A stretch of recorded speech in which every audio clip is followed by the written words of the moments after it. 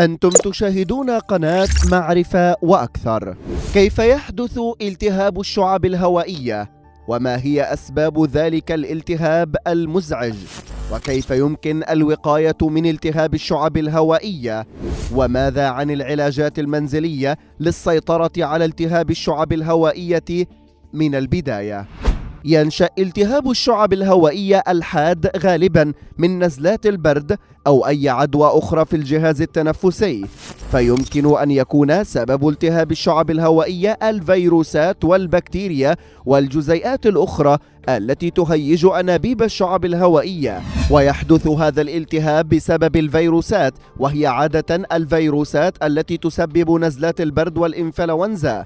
وللعلم المضادات الحيوية لا تقتل الفيروسات، لذلك لا يفيد هذا النوع من الأدوية في معظم حالات التهاب الشعب الهوائية.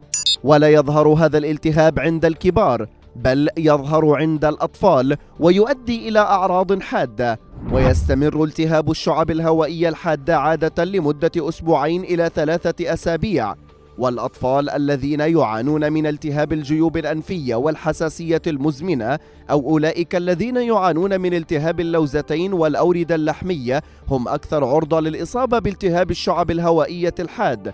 كما يتعرض الأطفال الذين يعانون من نقص المناعة للإصابة بالعدوى البكتيرية التي قد تؤدي إلى التهاب الشعب الهوائية.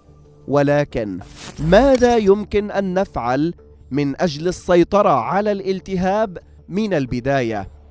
المسار الأول: الغرغرة بالليمون.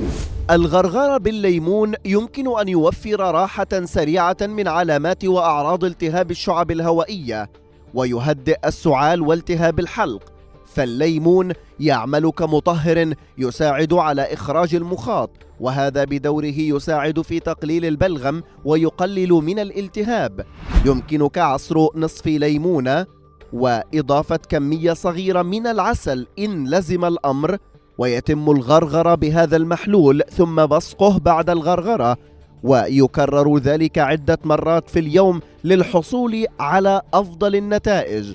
وهذا المسار في هذه الخطة العلاجية مسار مهم وضروري. المسار الثاني: العسل.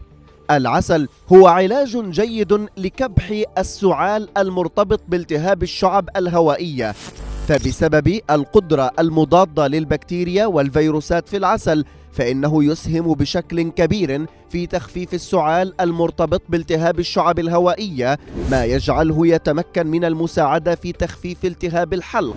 يمكن مزج ملعقتين صغيرتين من العسل الخام مع ملعقة صغيرة من عصير الليمون، وتناوله في الصباح الباكر وقبل الخلود إلى النوم، إذ أن ذلك يخفف من السعال ويعزز النوم بشكل أفضل.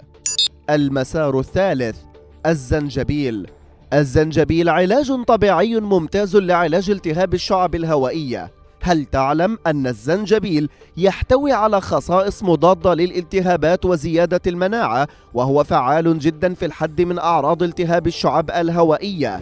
ولكن ينبغي أن ننتبه أن الزنجبيل الذي يستخدم للأغراض العلاجية بشكل أفضل هو الزنجبيل المجفف، إذ ينصح استشاري التغذية العلاجية مازن السقا بضرورة نقع هذا الزنجبيل في الماء العادي البارد لمدة 12 ساعة، ومن ثم تناول ذلك المنقوع في الصباح الباكر، والحرص على تناول هذا الكأس من 2 إلى 3 مرات في اليوم. ومن باب الأمانة العلمية لا ينصح بتناول الزنجبيل لمن يعانوا من مشاكل في الجهاز الهضمي وحرقة المعدة والقرحة. وفي حال كان الشخص يعاني من ارتفاع في ضغط الدم أو ما يعرف بالأمراض المزمنة، فينبغي عليه أن يكون حذرا عندما يتعامل مع الزنجبيل، ويمكنه استشارة أخصائي التغذية العلاجية. المسار الرابع: الثوم. بسبب خصائصه المضادة للفيروسات يعد الثوم مفيد جدا في علاج التهاب الشعب الهوائية، وخاصة التهاب الشعب الهوائية الحاد.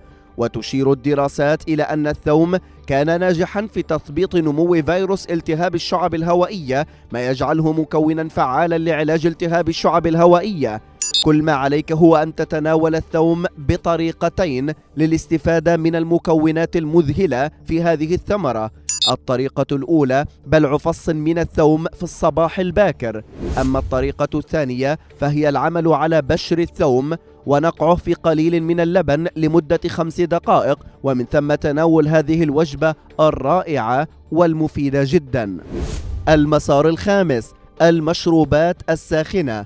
في سلم الأولويات لمن يعاني من التهاب الشعب الهوائية مشروب عين الجرادة، إذ يؤكد استشاري التغذية العلاجية الدكتور مازن السقا عبر قناته في اليوتيوب أن مشروب عين الجرادة التي ترونها في الشاشة يساعد بشكل كبير على تهدئة السعال وتخفيف التهاب الشعب الهوائية، كما يمنحك فرصة النوم الهادئ بعيدا عن نوبات السعال التي تستفز الإنسان خلال ساعات الليل. كما ينصح استشاري التغذية العلاجية بضرورة تناول بعض المشروبات الدافئة المعروف أنها من أقوى مضادات الأكسدة، وعلى رأسها البابونج والقرفة والشاي الأخضر. هذا الثلاثي هو من أقوى مضادات الأكسدة الطبيعية التي تعمل على تهدئة التهاب الشعب الهوائية. المسار السادس: العلاج بالتدليك. يمكن للعلاج بالتدليك أن يساهم بشكل مباشر في التهاب الشعب الهوائية، ولكن كيف نستخدمه وكيف نثق بفعاليته؟ هل تعلم أن الجلد يمتص أكثر من 60% من أي مادة توضع عليه؟ فعند الاعتماد على زيت السمسم الدافئ وتدليك منطقة الصدر بزيت السمسم الدافئ، فإن الجلد يعمل على امتصاص هذا الزيت الذي يعتبر من أقوى المواد الزيتية التي يمكن أن تعالج التهاب الشعب الهوائية. نتمنى أن نالت هذه المعلومات إعجابكم. شكرا لكم على حسن المتابعة وكرم الإصغاء، وهذه تحياتي محدثكم أحمد وفريق عمل معرفة وأكثر. إلى اللقاء.